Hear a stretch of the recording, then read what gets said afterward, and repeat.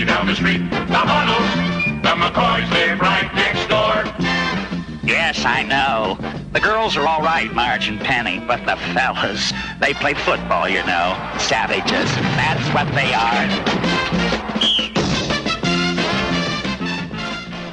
Hello, welcome to the SynthCast. I'm here with a guest with me, Jakob, and we're both going to review... Everybody's afraid to say my last name. Jakob Autism. That's not your last name. It's my last name, all right? It's even like worse than like John Candy. That's with Candy being his last name. And he was also a fat dude, so... Imagine if he wasn't famous. People would just think he was a pedophile. They think that about a lot of fat comedians, if we're being honest. You ever notice like a lot of fat comedians in the 90s and 80s died of like cocaine? Yeah. Like, you know, if they did heroin, they would at least die skinny, you know? I mean, the cocaine is supposed to make you skinny, right? Because you're like super hyper and shit, right? Yeah. But honestly, it would have done wonders for Chris Farley's career if he did heroin. I mean, a lot of my cousin told me Chris Farley dying was the greatest thing to happen to Shrek. That's a little insensitive. Yeah, I mean, but he likes fucking Shrek, so what do you expect? I don't think I ever met a person who's obsessed with that film that was also like a good human being. Why don't you like Shrek, dude? I don't hate Shrek. I just hate people that like Shrek way too much. I mean, a lot of it is sort of the ironic factor. Oh, yeah. Exactly. You know, people say Shrek ruined animation for a while, which I don't think that's fair. Shrek 2 is a pretty good movie. You ever seen that, like, I've barely even seen clips of it, but you ever seen that one thing that was made by the people that also made Shrek? That was like the lions from from who are those two guys? The one that got mauled by a lion. I know what you're talking about. It's like a canceled cartoon, right? Like, yeah, and Donkey was on it. And it was like, wait, Shrek and Donkey were on that cartoon? No, specifically just Donkey, and he was like. He played Donkey, who's like a movie actor in the movie Shrek. Like, it's just really weird and meta, and it doesn't need to happen for no reason. Well, that show got canceled like in one season. It was probably some UPN show or something. Yeah, it was like it's just the lions from like the circus act, but like now they're living in modern suburbia. That's a really cool idea for a cartoon. Thank you, Jeffrey Katzenberg, for making that. You know, it lasts longer than fucking Quibi, though, so... I don't even know what a Quibi is. You don't remember, like, when the pandemic happened, like, Jeffrey Katzenberg, like, that was his attempt. Oh, I thought you were talking about, like, some, like, type of cartoon thing. Yeah, I'm familiar with Quibi. Yeah, you better be. I watch Quibi every single day. Thanks, bro. Quibi is honestly the best, as you know, Quibi is a paid advertiser of this, a paid sponsor of this podcast. Yeah. Quibi's coming back. Jeffrey Katzenberg is going to bring it all back. Jeffrey Katzenberg's honestly such a fuckwit because he acts like he like made Shrek, and it's like, no, you didn't. You just like produced it because you had like money. Yeah, but he had a lot of it, and that's how he made Shrek. But he was on cocaine, and he saw like a green dollar bill, and he's like, make a movie out of this color right here. It's funny because Katzenberg, like, never... He's not an animator, but it's like... The way he sort of presents himself as, like, the Shrek guy, you would think he's an animator, but he's not. Jeffrey Katzenberg, is he the... What did he do other than that? Was he the... Let me look this up, because I feel like something... He worked with Michael Eisner with Disney in like the 80s. Mm-hmm. And a lot of those movies in the 80s were like The Black Cauldron, which was like a 1983 Disney bomb. A lot of decisions Katzenberg made probably could apply to that. I mean, he's just a movie everything producer. after Shrek is pretty shit. There's Shark Tale. He did that. What do you have against fucking Shark Tale, bro? A bunch. First off, it's just... I mean, look at the fucking dude's lips. Come on. Well, that's just the way Will Smith looks. Like, I'm sorry that you're not attracted to the fish. I listen. It's just the fact that he's black. Okay. Anyways, let's move on. Okay, Mr. Annar. Listen, I'm just saying. Why does he have to have lips that big? There's a thing called Botox. Get it? You're spoiling the fucking setting. People think that's the actual Mr. Inner, dude. It's gonna be like finding out Santa's not real, bro. Mr. Enter's right with me in this interview. Hello, it's me, Mr. Enter. I hope you enjoyed my episode. It was really good. Yeah, I enjoyed the episode. Good. Now go fuck me. No. He's a wildy one. He's a wildy one. That Mr. Enter. Damn, I really hope he rips Shark Tale a new one. Am I right? Yeah. Someone needs to take that cartoon down a peg. Yeah, and everybody's always talking about how good Shark Tale is, and it's like, no. What are you talking about? I mean, that one joke of like O.J. Shrimpson. Genius. Yeah. I do like Chicken Run. I like that movie. Chicken Run? I always saw like the trailer on that and all the DVDs, and I'm like, this shit looks so gay, but it's probably pretty good. Yeah, it's I watched it a lot when I was younger. Yeah. There's this. I thought Jeffrey Katzenberg was the guy who did those like Polar Express movies. No, that's the Back to the Future guy. What's his name again? Robert Zemeckis. He did Forrest Gump, and Saving Private Ryan was Spielberg. But yeah, he did do Mars Meets Moms, Polar Express, and all those sort of hyper realistic CGI movies he did. Yeah, trying to that.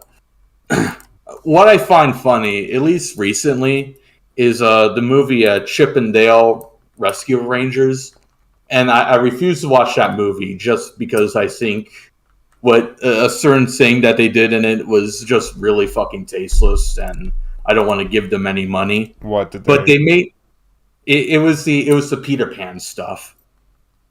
Oh, yeah, wasn't the actor who played Peter Pan like something happened to him or something?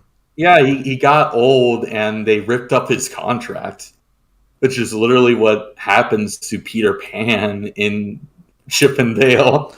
Well, Peter Pan, he shouldn't have lied. Like, Peter Pan's supposed to stay young forever. He fucking aged, I can't blame Disney for, like, firing him. Yeah, it's the whole movie doesn't make any goddamn sense, and it's just weird to me. But yeah, they made fun of, like, all those Robert Zemeckis, like, animated features, but guess who's doing the Pinocchio reboot? Robert Zemeckis. Yeah. It doesn't, honestly, I saw little pictures of what Pinocchio looked like. It doesn't look too bad, to be honest. Mm-hmm.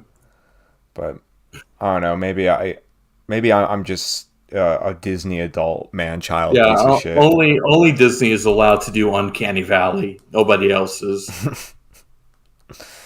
All right, if you experiment, you're a fucking asshole unless you're in Disney. Welcome to Disney. With that Chip and Dale movie, I imagine like one of the writers or director was like, "Hey, you know who I'm sick of people praising, and we need to take him down a notch. The Peter Pan guy. Someone has to."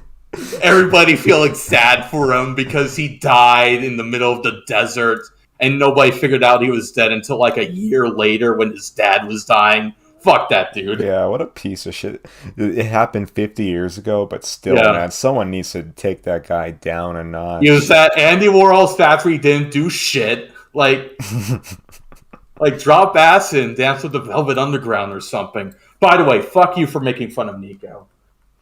Nico's fucking... Dude, Nico sucks. What are you talking about?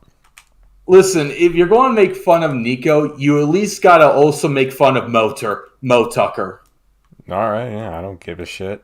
Honestly, let's just make this about music because we can probably list off a bunch of things now. I thought we were going to do a review of Top Gun, bro. What? Top Gun? That's the boat movie, right? Yeah, that's Under Siege, starring Steven Seagal. Under Siege, starring Top Gun. Top Gun. Starring Carrot Top. Carrot Top. Oh, well, I also just want to say this. Frank Zappa has no right to make fun of Nico, especially when you talk about some of the stuff that he put out on his own label. Like what? I'm trying to remember. There's this one band. Let me see. It's his record label was Straight Right. The GTOs. The GTOs. They were this like weird like all girl group that was basically filled with like groupies from the Sunset Strip. And before anyone says, "Oh, it was a novelty act," then why was I not laughing the entire fucking time? Because it was this fucking 70s, dude. Like, most of the comedy music from back then is like, my Uncle Tony's Sandwich Emporium. Some stupid shit like that. Yeah, but he also put out a bunch of like Lenny Bruce records. I think you should at least know a little bit better. Zappa was an interesting guy, but he was definitely like kind of a spiteful guy. Like, there's those stories of him on Saturday Night Live where he just refused to read any of the lines. No, honestly, like other than the GTOs, the other comedy stuff is actually really funny. Like Cheech and Chong were very big Frank Zappa fans, and they asked him to come to one of their shows, and he like walked out in the middle of it. Like he didn't say anything. He just left. Well, because he was very crotchety about drug use. That was sort of his thing. Yeah, I am too.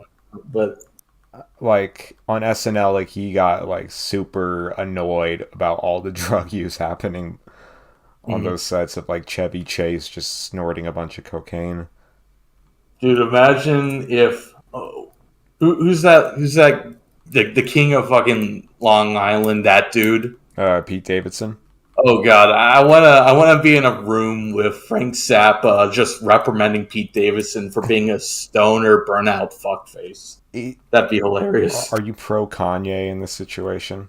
I'm not pro anyone. Those guys are losers. Like they're going back and forth like, oh, my children like me better than you, Kanye. And it's like, dude, shut the fuck up.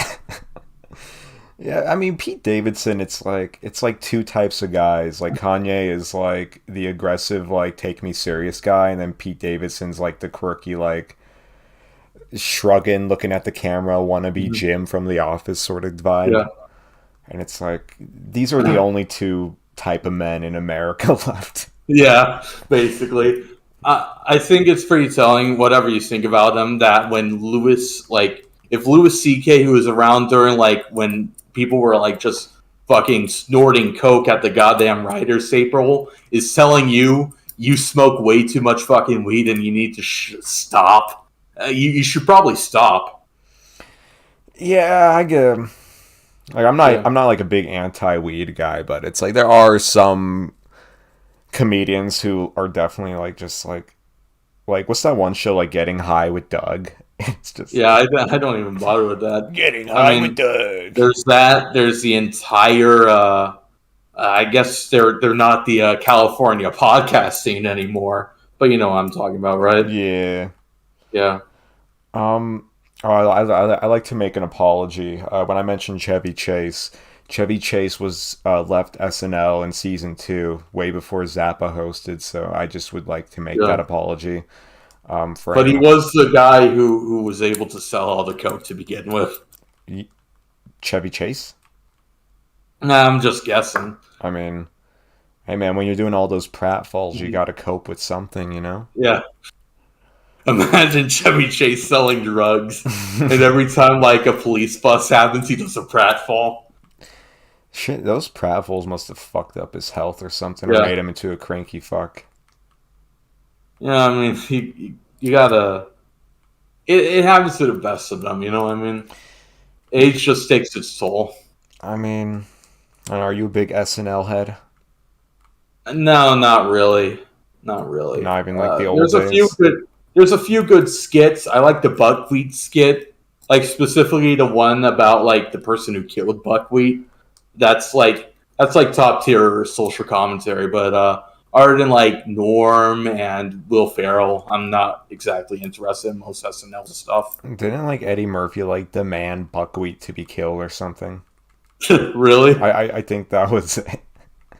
Oh, that makes it even funnier. Oh man, I do have to show I need to show you this show one time, Studio 60, because that show's like, it's from Aaron Sorkin, who did like The West Wing and shit, and it's like it was made in like, it had one season in 2005, and it's this serious drama of how like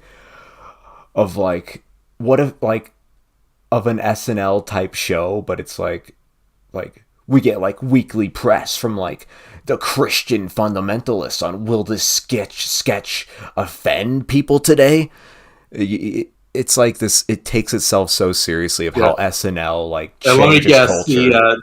The end of the episode is like the studio has decided they don't give a shit. Yes. Like that. Listen, you can say whatever you want about the right. I get it. I hate all. I'm a base epic dirtbag centrist, but like nobody fucking cared about any of these right-wing religious people. Like they always send in their like big messages like, we want Pokemon banned from the supermarket. It's like everyone's just like, no, we're not doing that. You can go fuck off. And there's even a scene of the show where it's like the head writer guy's like, yeah, when you're in our writing room studio, you dress professionally. And it's supposed to be like this like badass moment, but it's like, this is like a writer's room, like the most useless fucking job of all time. Like, shut up. I'm just imagining like old school Conan or like CK like just being like responding to that. Like, no, we're not doing that. Man, you really need to watch clips of that show, because I think you would have a field day with it. I probably would. I just sort of love that idea of how SNL takes its place in culture so seriously, like how they had like serious political leanings when, you know, they never really did, because you had presidents just hanging out with the cast members. It's like, it's not subversive or edgy at all. No, it really isn't. Even some of the people they really went hard on, it's like they weren't saying anything of value. Like the only thing funny about maybe like, actually no, fuck that. Everybody after the Donald Trump sketch came out, everybody thought they could do like a Donald Trump impression, and nobody could. I mean, I still laugh at like Donald Trump impressions. I'll admit, I did kind of like the cartoon president show. Really? I actually liked it. Okay, but the SNL shit is really just obnoxious, especially since they were the ones that fucking platformed Trump in the first place with CNN. Yeah, like I mean, like, what's better, cartoon president or little Bush? Cartoon president. Okay, but who will win in a fight, cartoon president or little Bush? To the death. Probably little Bush. I mean, because like, you know, Bush got away with a lot of shit. I mean, yeah, because I mean, Bush was just more competent at doing like evil shit than Trump. Mm-hmm. Trump was just too funny, you know. But Bush Bush had like a decent legal team to like keep him out of eternal affairs. You know what I'm saying? Yeah, I like all the like neolibs and liberals who came out and said like, oh, Bush was a lot better than what we have now. And it's like you guys are supporting a person who legit started one of the worst wars in American history since like Vietnam. You do realize that, right? Yeah, but he's dancing with Ellen, so it's He's okay. dancing with Alan. He has a wacky art museum now. Dude, this whenever George W. Bush like goes home, I think he just jerks off and just says like I'm literally just fucking with them at this point. Like Yeah. I like I remember there was remember the historical museum he made for himself. that was so it's so That was the most base thing ever. That's the I thing. swear to God. He's so evil, but he's also so based at the same Yeah, time. like he literally made a museum where you could have an interactive like game where he can decide if you want to go to like invade Iraq or not. And if you decide not to invade, he basically says, "Congratulations, dipshits, you lost." That was the bad ending. There's like a whole like Lego section for like Jeb, like Oh, the Jeb Bush Lego. Jeb Bush is my president. I don't Jeb. care what anybody says. The election was rigged against him. Jeb Bush has a ginormous fucking penis. You're just stating that from reference. Yeah. All right. I really wish in the 90s there was like a parody like George H.W. Bush sitcom with Jeb and Junior sort of being the sons, and then George H.W. Bush just hates Jeb for being like an ass-kissing nerd, while Junior is like this like cool like cocaine-smoking cowboy. Would that ruin George W. Bush's future election chances, or would it just make him more cooler? I mean, that is sort of true, because it's like the sort of sitcom presence of Trump sort of like got him a lot of power.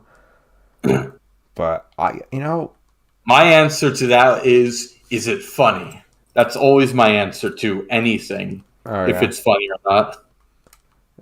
Joe Biden's kind of funny. He's funny. He's a pretty funny guy. Yeah. Hunter Biden is super funny, in my opinion. Imagine like destroying your dad's like political empire just by posting your penis. Yeah. Imagine being over 40 years old and going around just snorting cocaine and acting like nothing's wrong. Like, you know Joe Biden wished his other son lived and his son died. yeah, that Joe Biden's a fucking weirdo for like just that. Like he goes to visit his son's grave, and it's like I thought it was a Abraham Lincoln situation where Abraham Lincoln had a son that died really young, but no, this dude was like 20 or 30, and he's going to the graveyard like we did, Bo. We won back America from the Benito Mussolini. Did his like son? How did his son die again? I'm sure Hunter killed him. I thought he died in like Iraq or something, but no, it's either a health problem or no, he died of like a brain tumor in America. Bo has a weird thing on his tombstone written down that says, "I have information that will lead to the arrest of the Clintons." I don't know why that's there. Oh man, awkward. A little bit weird. I hope Hillary wins. Like, I hope Hillary like runs again in like 2024 and fucking loses again. Yeah, it'd be funny if both her and him and Hillary, Trump and Hillary both ran, because there's a good chance that Biden's not running another term. Although I would like to see them. I would like to see the DNC just have some balls for once and be like, yeah, no, Joe Biden is 100% healthy and mentally well to run against whoever the Republicans put up against him. They get the Marvel like VFX team to like do Biden on TV appearances. Maybe that's what's happening right now. Fuck. That's why that She-Hulk show looks so fucking shitty. Half their manpower is on Biden. They're spending too much time on Biden. They're hiding all his Biden farts. That's why Steven Crowder, greatest comedian of all time. That Biden fart song is genius. Dude, absolute genius. When Biden Sharts is sort of like my generation's Woodstock. Yeah. It's my generation's Liberace because it's made by a closeted gay man. If you're at the gym and you see like a 6'8", like 400-pound muscular man like powerlifting, he's listening to Biden Sharts. Yeah. It's just wonderful that someone even said this is a good idea. We're doing this. Biden. I want Trump at his next rally to just be blasting Biden Sharts. Yes. We got to do that. There's two things we need to do. One, we need to make Donald Trump say #Gamergate. And two, we need to make him play Biden Sharks live in a stadium. What if Trump announced Chuck Norris as his vice president? Oh, bro, that would be so epic. I want to bring back Clint Eastwood though. I think that would be a great ticket, dude. Is Clint Eastwood? I don't even think he's like a Trump guy though. He will be when he brings out the chair and he tells him, "I brought back Obama for you." Do whatever you want to do to him. It's just Clint Eastwood and the entire cast of the Expendables, just like on stage, and being like, Donald Trump is based as Biden Sharts play, and then there's like, and just like the Burning Man. The giant Burning Man, it's like a burning Barney, and they're like burning a giant Barney doll. And I want QAnon to be revealed as JFK Jr. and he comes out to like Wembley Stadium, crip walking to Biden Sharts. Listen, say whatever you want, but I like just memeing about the JFK Jr. stuff because it's just hilarious to me. Like I always interact with these people like, guys, I totally believe there's a good chance JFK Jr. could be coming back today.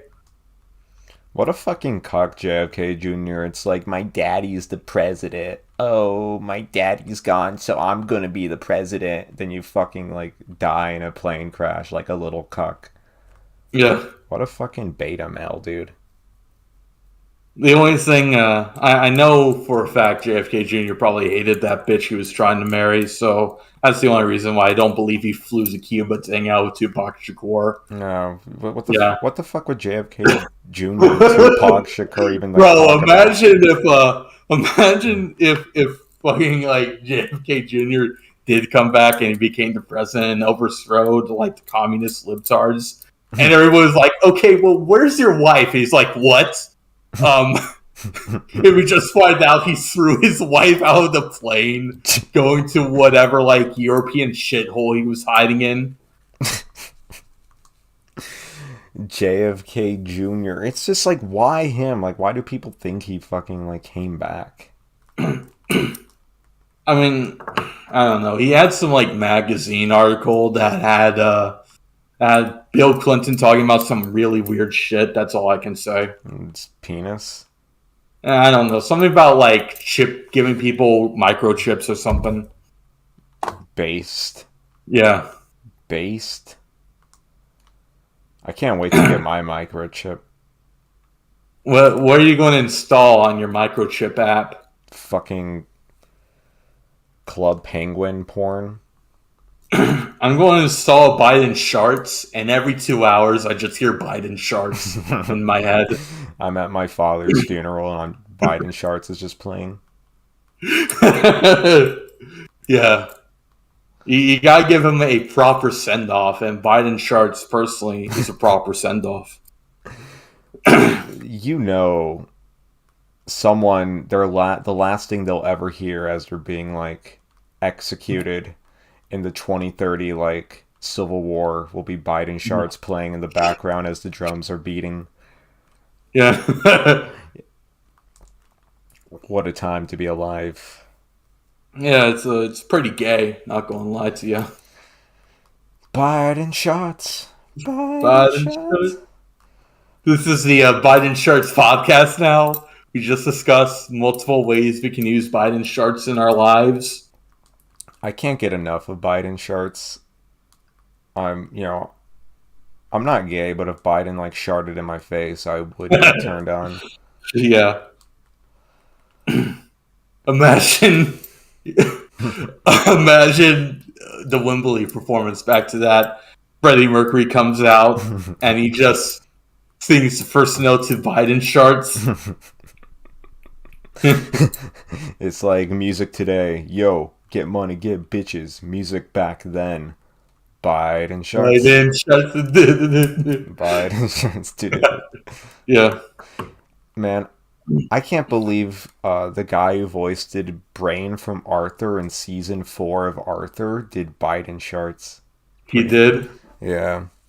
Oh, that's cool. Yeah, Steven Crowder was the voice of Brain in a couple episodes. Oh, yeah. Do you know about the guy who sang the Pokemon theme song? What about him? Yeah, he's a big libertarian dude, bro. Oh, that's what I want. Yeah, he sang a song about Ron Paul, and then he sang a song about cryptocurrency. I want to catch all the children under 15. Libertarianism is my dream. Yeah, no, that's the funniest part. Both of those songs are just parodies of the Pokemon theme song. Ron Paul, she was 14. Ron Paul. The only thing about the Ron Paul song is that he gets a stroke in the middle of it, and it's kind of hard to hear what he's saying. Ron Paul 2012, baby. Ron Paul 2024. It's going to happen this time, okay? Dude's like 90. Look, we gotta fight dementia with dementia. That's all America really is nowadays. Yeah. Oh man. So okay, let's beat around the bush here. Let's not beat around the bush, as I should say. Let's review Top Gun 2. Top Gun 2. I can't review it because I have not seen it, but I know you. No, not. I know you've seen it. You saw it. All right. So here's what happens, right? Let me go to AI Dungeon. What? No, I'm not saying anything. All right then. You didn't see the movie. I saw the movie. I'm just trying to reenact what happened. All right. So, custom. That's right. Any day now. Gun. Shut up. I'm trying to remember everything from Top Gun 2, a movie I definitely saw. You know how when you pause like the Sonic the Hedgehog video games and Sonic is just standing there, stomping his foot, looking at you? Listen, that doesn't count, all right? Because that's not pause, all right? You just moved away from the controller. If you want me to entertain you, give me something for my roommate, Mr. Enter, to say, all right? Okay, Mr. Enter. Who are you voting for in 2024? Let me explain something to you, all right? Voting is for people who don't have anything good to do right now. Yeah. Like, say, watching Top Gun 2. Who would actually watch that goddamn movie? I thought you were a real patriot, Mr. Enter. Yes, I am. That's why I hate all of the Jews.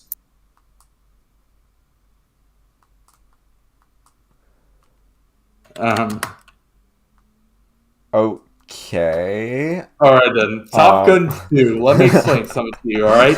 Top Gun 2 opens with Tom Cruise walking into an airport. Airport halls in slow motion while listening to Feel the Boogie by R. Kelly. He then runs into two women who he thinks are aliens and tries to shoot, but he misses. All right? That's the how the movie starts, okay? Yeah.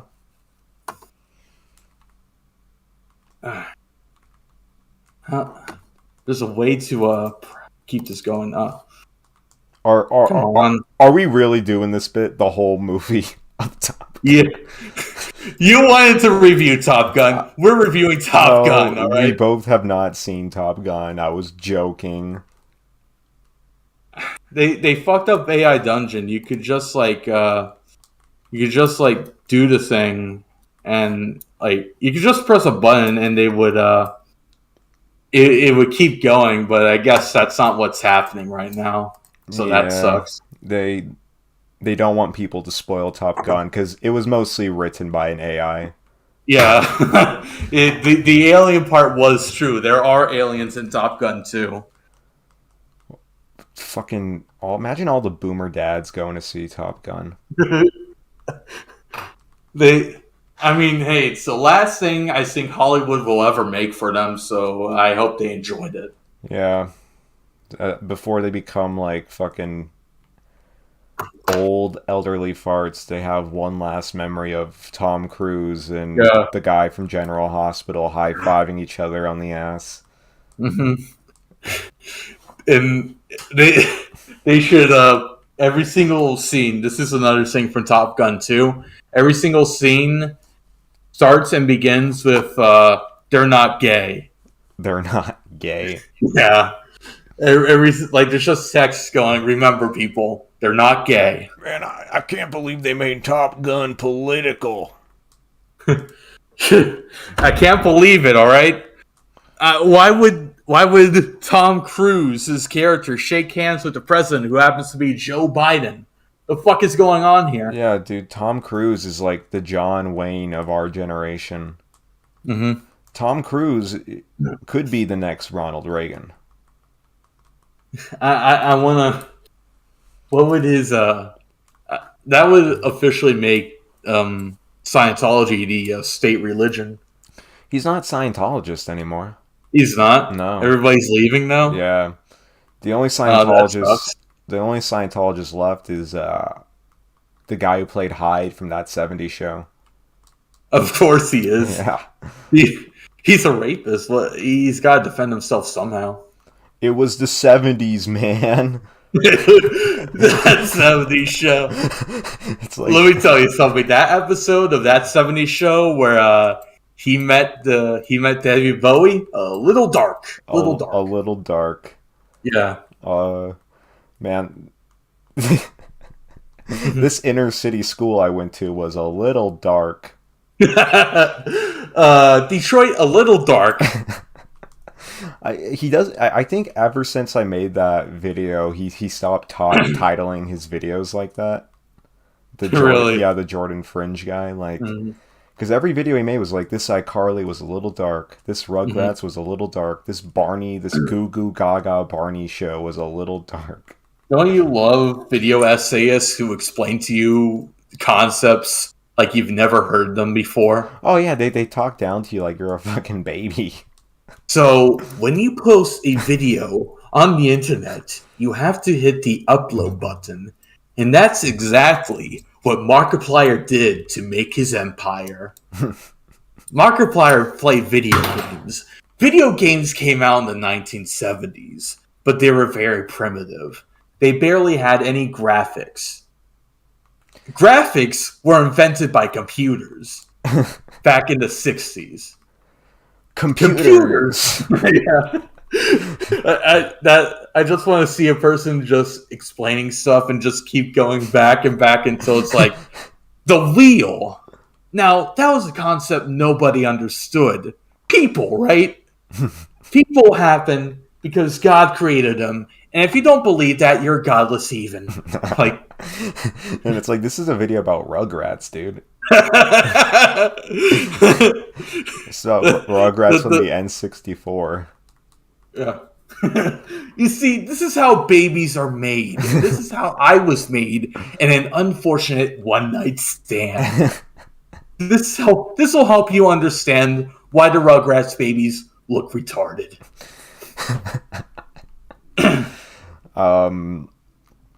Or it's like they always have to be like, The Simpsons was the longest running animated show that defined a generation. I'm like, yes. Yeah. I'm like, no shit, fuckwit. I like the fact that these people talk about stuff everybody knows about. Like, they will give you a 20-minute essay about Childish Gambino. Like, we just discovered this new underground artist who hasn't been making music and wasn't on Community and all this other stuff.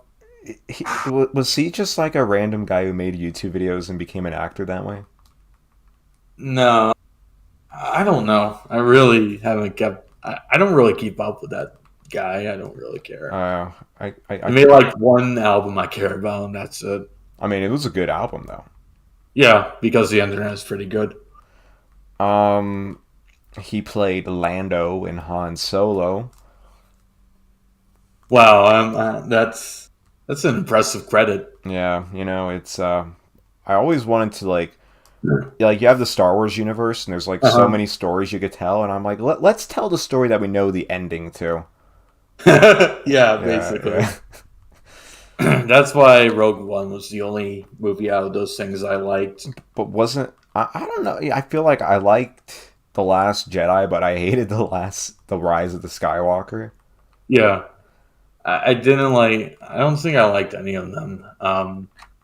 Okay, all right. I liked the first one just for like what J.J. Abrams was trying to do effects wise.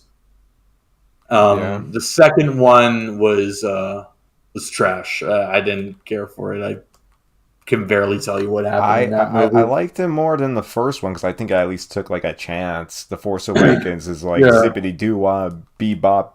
Fucking remember the New Hope, and I'm like, yeah, I remember the Force Awakens is a theatrical version of a video essay. Yeah, basically. Yeah. But that's also like just my problem is like you got one guy who wants to tell a simple popcorn flick, and you got another guy who's like, we don't really explore deeply enough. Do you think Luke Skywalker would hate his entire life? I wonder. And then we get by, everything's cool now. It's a popcorn flick. Yeah, it's like shit or get off the pot, dude. Yeah. Oh, if only George Lucas was here. It's too bad he died in that horrific elephant accident. Yeah, he was trying to he was at like some convention for American graffiti, and he was trying to do some 1950s drag race, and he completely biffed it, and his asshole just got completely shredded. Yeah, the elephant from the he drove straight into an elephant from the Freddy Got Fingered convention, and it didn't turn out well because Freddy was reenacting a pretty famous scene. Yeah. Mm-hmm. Freddy Got Fingered. That was the movie we all needed after 9/11. Did that come after 9/11? I don't think so. Well, now it did. Wait, search up what movies came out like the same week as 9/11. Movies that came out the week of 9/11. Coneheads. Blues Brothers 2000. I don't fucking know. I don't know either. Came out September 2001. This will probably be a lot easier. Here's the domestic box office for 2001. This is what people were really into. A movie called Don't Say a Word. Do you know what that is? A lot of people didn't say a word that week. Yeah, but no, that's the highest one. That was That was the one that grossed the most of all of them. Okay, what's next? Zoolander. Man, that really brought us together. 3 days after that was Hardball. Wait, Hardball came 3 days after 9/11? Yeah, Keanu Reeves and Hardball. What That was exactly after 9/11. They just like fucking throw the Keanu Reeves movie. Yeah. All right, a few months before that was a few days before that was Musketeer. I don't know. These movies are lost in time completely. Hearts in Atlantis.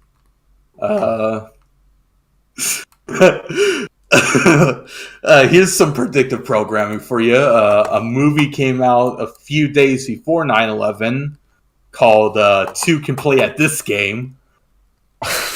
Two Towers, Two Can Play at This Game. Wait, you know what's going on here? Wait, was that the actual slogan of the movie? No, that was the title of the movie. Two Can Play at This Game. Oh my god, Two Can Play at This Game. I mean, there's so much. Let's see. I know there was a Rocket Power episode, the one with Tony Hawk, that came a day before 9/11. What?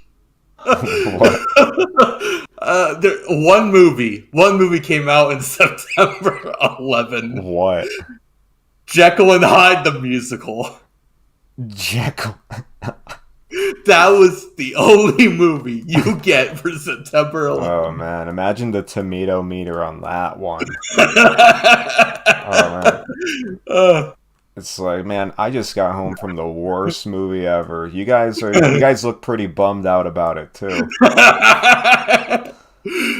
Let's see, what is the tomato score for this? Is it any?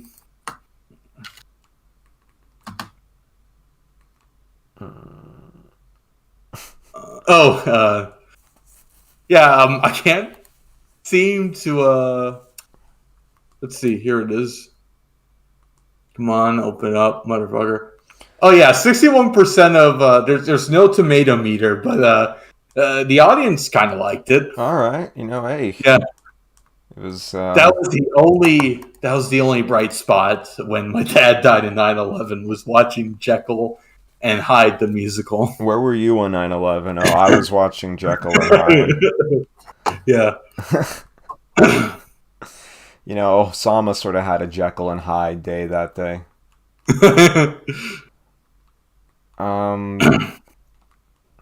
Kill Me Later came out a few days. That I think was a good statement. All right, telling those Arab fucks you can kill me later. Kill me later, boy. The government did 9/11. Yeah. No, they didn't. Yes, they did. No, they didn't. Yes, they did. No, they didn't. I'm Jekyll. No, Hyde. No. That's the true Sheeple and Truford the musical.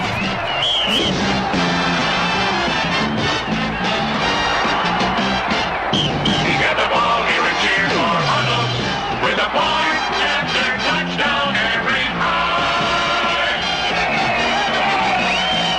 Now they just